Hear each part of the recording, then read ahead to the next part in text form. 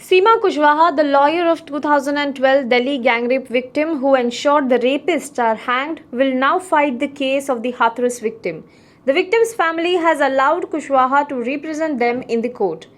Kushwaha has been in regular touch with the victim's family since her death in Delhi's Safdarjung hospital. 2 days ago, she also tried to visit the victim's family in Hathras but failed to do so. The state police, which barricaded the entire village, refused her entry in the village. She was allowed to go in on Sunday finally. Kushwaha has levelled serious allegation on the district administration and has also accused the police of failing to help the victim's family.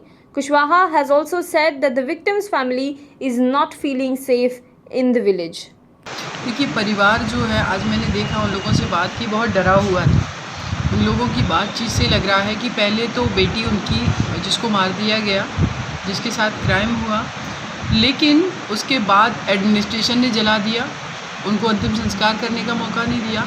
उसके बाद अब देखिए कि किस तरीके का पूरे area में दहशत भरा माहौल है। जो लोग इस केस में कल्प्रिट हैं, वो लोग उनके पेरेंट्स हैं, उनके समाज के लोग हैं, वो लोग प्रोटेस्ट कर रहे हैं कि साम दाम दंड भेद। तो ये क्या होता है साम दाम दंड भेद से? आप कैसे भी, अब वो मैटर जब ऑलरेडी इन्वेस्टिगेशन हो रहा है और उसमें ट्रायल होगा, उसके बाद चीज़ें सामने आ जाएंगी। जो दोषी होगा उसको सज़ा मिलेगी।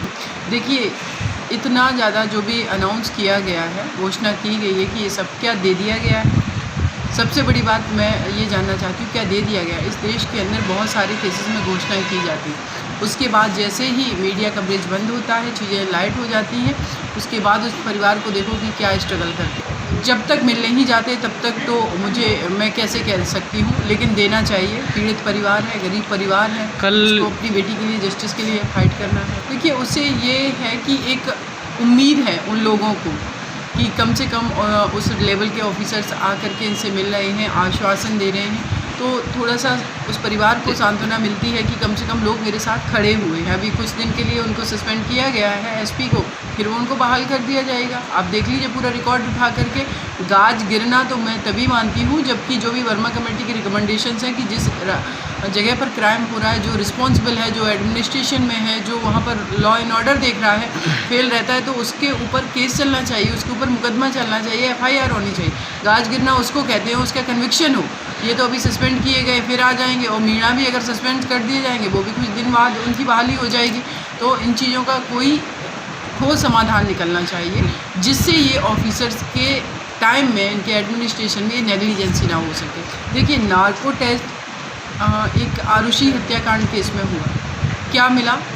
सबका आपने नार्को टेस्ट कर लिया था, और क्या नार्को टेस्ट को मैनिपुलेट नहीं किया जा सकता है? क्या वो मशीनरी जो है जिसे आप उसको टेस्ट करते हैं, लगा करके पूरे उसके ब्रेन में, माइंड में लगाते हैं, क्या उन चीज़ों को मैनिपुलेट नहीं किया जा सकता? कौन लोग नार्को टेस्ट करते हैं? इस कंट्री के अंदर एक भी संस्था जिस पर 100% लोग आंख बंद करके टेस्ट नहीं कर सकते, ऐसी कोई संस्था नहीं है। बिल्कुल, परिवार ने मुझे अनुमति दे दी है। जो भी डॉक्यूमेंटेशन का काम होता है, वकालतनामा साइन करना, वो उन्होंने साइन कर दिया है, और उन्होंने कहा है कि मुझे, मेरी बेटी को न्याय चाहिए और आप मुझे हमारा केस लड़िए। और पहले से भी परिवार हमसे कांटेक्ट में था। फाइनली आज मुलाकात हुई है और उन्होंने मुझे अपना वकील नियुक्त कर लिया। Now be the first to know about the latest updates on our new news app. Go on your Android or iOS, search for HW News Network. Download our app, choose the language you prefer to get updates in, and be up to date with the latest news. If you like this video, please share it, and we would love to hear your comments in the comments section down here. Also, please do like our Facebook page and follow us on Twitter to get minute-to-minute news updates. For more such shows and videos, well, subscribe to our YouTube channel.